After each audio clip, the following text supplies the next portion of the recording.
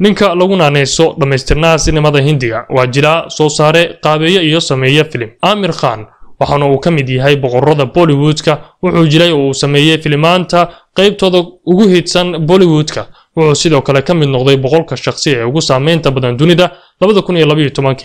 ku soo dhawaad channelka Audio Som fadlan subscribe like iyo share waxaanu maanta soo gudbin doonaa sheeko kooban oo ku saabsan taariikhda nololeed ee xidiga caanka ah ee Bollywoodka Aamir Khan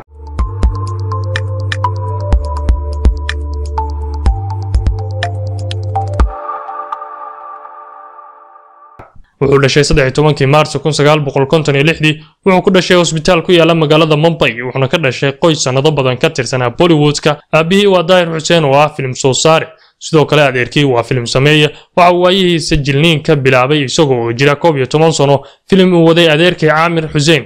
filimkaasi oo la oran jiray Yaadon Kibarat kadib waqtigaasi waxa uu si dhameystiran u noqday jilaa 1986 wuxuu keenay filimkii Holly waxaana ay wada wadeen in adeerkii Mansoor Khan kadib 8 jayso oo loo sharaxay sanadihii 80-yadii iyo 90-yadii waxa uu ku helay xidiga ugu fiican filimkiisii Raja Hindustani sanadii 1996 mashruuciisa qaabeynta filimada waxa uu ku bilaabay filimkii loo sharaxay jaysada Oscar-ka ee Lajan waxaana uu aatoraha wada filimkaas mar labaadna ayuu ku helay jaysada Fear ee la siiyo jilaaga ugu fiican kadib 4 sano oo fanka uga maqnaa sababo shakhsiyadeed wuxuu mar kale helay jilaaga ugu fiican booskiisa filimkii Randy Basant 2007 waxa uu soo saaray filimkiisii ugu horeeyay ee uu sameeyay kaasi oo ahaa Tourism Bar oo uu ku helay soo saaraha ugu wanaagsan sanad kadib waxa uu jilay filimkii Gajina oo noqday filimkii loogu tigidiyay iibsiga badnaa taariikhda filimada Hindiga waxaana uu mar saddexaad uu helay jaysada Fear waxaana uu markan dunida u cadeeyay inuu yahay rugcada dhanka jilniinka iyo soo saarista filimada ah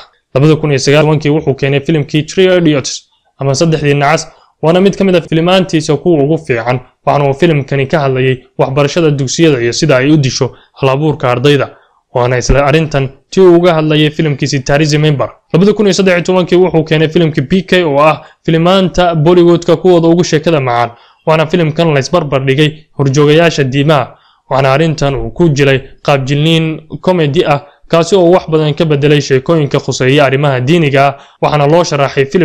filimkii ugu fiicnaa sanadkaasi filimada Hindiga shaqooyinkiisa ugu dambeeyay waxa kamid ah filimkii Dangal 2016 oo uu ku jilayo sheekada shakhsiyadda feeryahankii caanka ahaa ee Hindiga ahaa Mahavir Singh Bujat noloshiisa u burburiyay si uu uga dhigo labadiisa gabdhood laba feeryahan oo dunida laga aqoonsado waa filimkan sawiradiisu ay qaadatay 2 sano muuqaal bedelida laga rabo qofka wada sheekada filimka taasi oo ka dhigtay filimkan in uu helo codsiyo badan oo tigidhiyo ah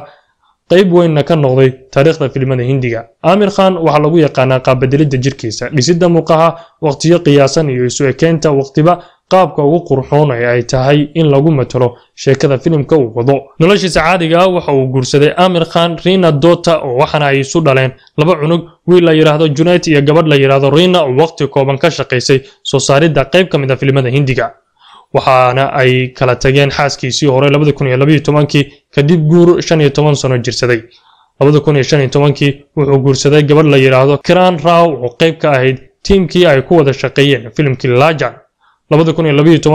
wuxuu Aamir Khan noqday xidiga kaliya Bollywoodka ee u safra Maka si uu soo guto waajibaadka xajka isagoo halkaas geeyay hooyadii inkastoo ay badan tahay biladaha oo ku guuleystay haddana wali kama aanu qayb galin xafladaha lagu bixiyo jaysooyinka isagoo sheegay in ay uun tahay waxa ku haboon jaysadu in ay niyadda u dhisto qof ujeedadiisu ay ahayd bilada oo kaliya sidoo kale waxa loo soo bandhigay 2007 in looga sameeyo timsaal ama sanad macadka caanka ah ee Madam Tussauds ee ku yaala magaalada London balse si cad ayuu u diiday isagoo oo sheegay in aysan ahayn arin u muhiim noloshiisa haddii ay u baahdaan dadku waxa ay fiirsan karaan filimadayda ayuu yiri Aamir Khan jilaa wax badan ka bedelay qaab sheekooyinka filimada Bollywoodka kaliyana aan noqon xidig jilaa ah balse boos dahabi ah ka dhex samaystay filim sameeyaasha iyo soo saarayaasha filimada Hindiga hase aan ku ekayn gudaha Hindiya balse dunida oo dhan Aamir Khan waxa uu ka soo jeedaa isagoo qoys asalkoodu ay ahaayeen muslimiin fadlan ugu dhiirigeli subscribe iyo share deena ka hel channelkeena taariikho dad nolosha guula ka gaaray iyo warbixino xiiso leh